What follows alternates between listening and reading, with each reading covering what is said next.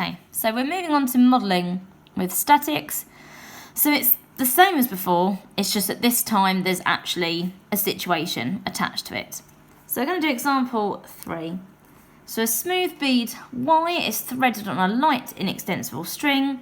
The ends of the string are attached to 2 fixed points X and Z on the same horizontal. Okay, so I'm going to draw my horizontal in. The bead is held in equilibrium by a horizontal force of magnitude 8N acting parallel to ZX. The bead Y is vertically below X. Okay, so let's put the information in. So there's X, Y is vertically below, so obviously it means it's acting at a right angle.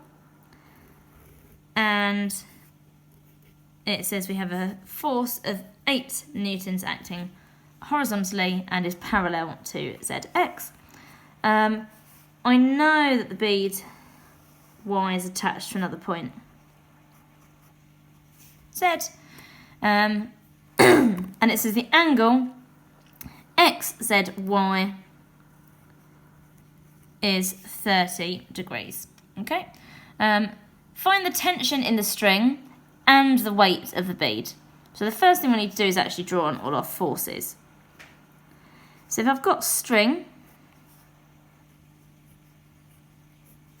then I have tension. And obviously it's pulling in both ways. We know it's acting in the other direction, but actually these are the directions that right now are important to us because they are the ones that are pulling on our bead.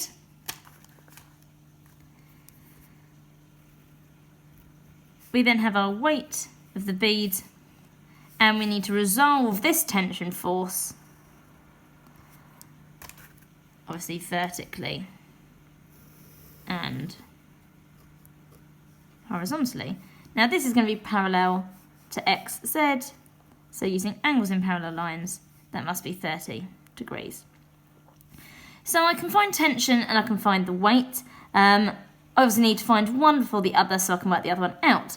So I'm going to start by resolving horizontally because this will be in terms of T. It will not involve W. So I'm only worrying about one of my unknowns. So resolve horizontally. So T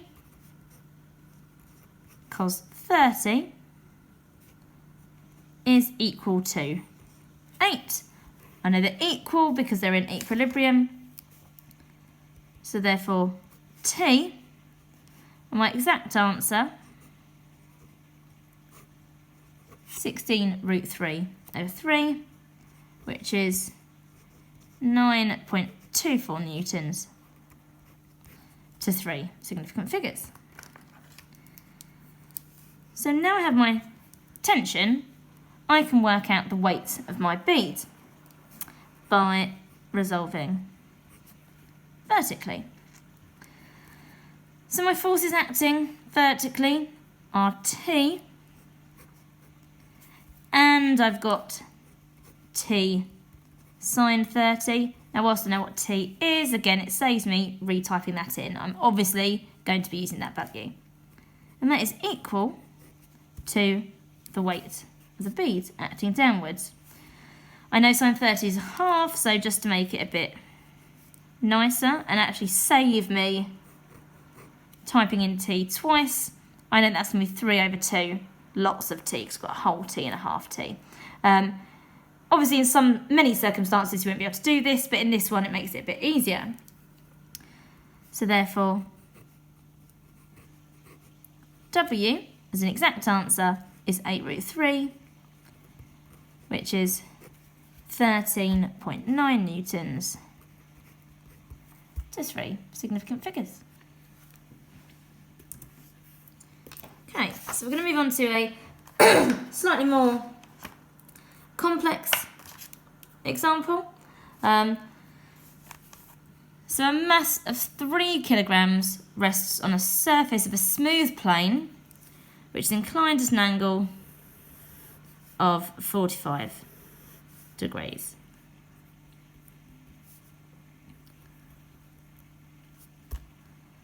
The mass is attached to a cable which passes up the plane along the line of the greatest slope and then passes over a smooth pulley at the top of the plane. The cable carries a mass of 1 kilogram freely suspended at the other end. The masses are modelled as particles and the cable is as a light, inextensible string. There is a force of P newtons acting horizontally on the 3 kilogram mass, and the system is in equilibrium. So again, before I even start, I'm going to draw on my forces. So I'll have a normal reaction to my particle there. This force will need to be resolved vertically and horizontally as well. I have the weight, or the mass rather, which is 3 kilograms, so the weight must be 3g. The weight of this particle is 1 lot of g. I've also got tension acting up the string there. I have also got tension acting up the string there. I'm going to go for that in green because that is parallel to the plane, just to make it really clear what my perpendicular angles are and my parallel ones. So we know this is 45 degrees. Now I'm going to need to know what this one is. Now, here we have pairs of parallel lines. I also know that if this is acting horizontally and this is acting vertically, that this would create a 90-degree angle. I know this one must be 45 degrees from this right angle, so that angle there must also be 45 degrees. Okay. So part A is to find the magnitude of P. So at the moment I've got a number of unknowns. I've got P, I've got the normal reaction, and I've got T. Now before I start worrying about P, I can actually calculate T by looking at this part of the pulley. So I'm going to treat this particle separately from that particle. It's in equilibrium. So T must be equal to G. So T is 9.8 newtons. So now I've got that, I can just worry about solving for P. Now I don't want to resolve vertically because I then have another unknown of my normal reaction. Ignoring the fact that part B says to find the normal reaction, I obviously want to worry just about P anyway. If I can eliminate other unknowns, then I will. So I'm going to resolve parallel to the plane. So moving in this direction up the plane, I've got tension, and I've also got P cos 45. And then parallel to the plane acting in the other direction, so they're in equilibrium, they must be equal, is 3g sine 45. So I can obviously subtract t from both sides.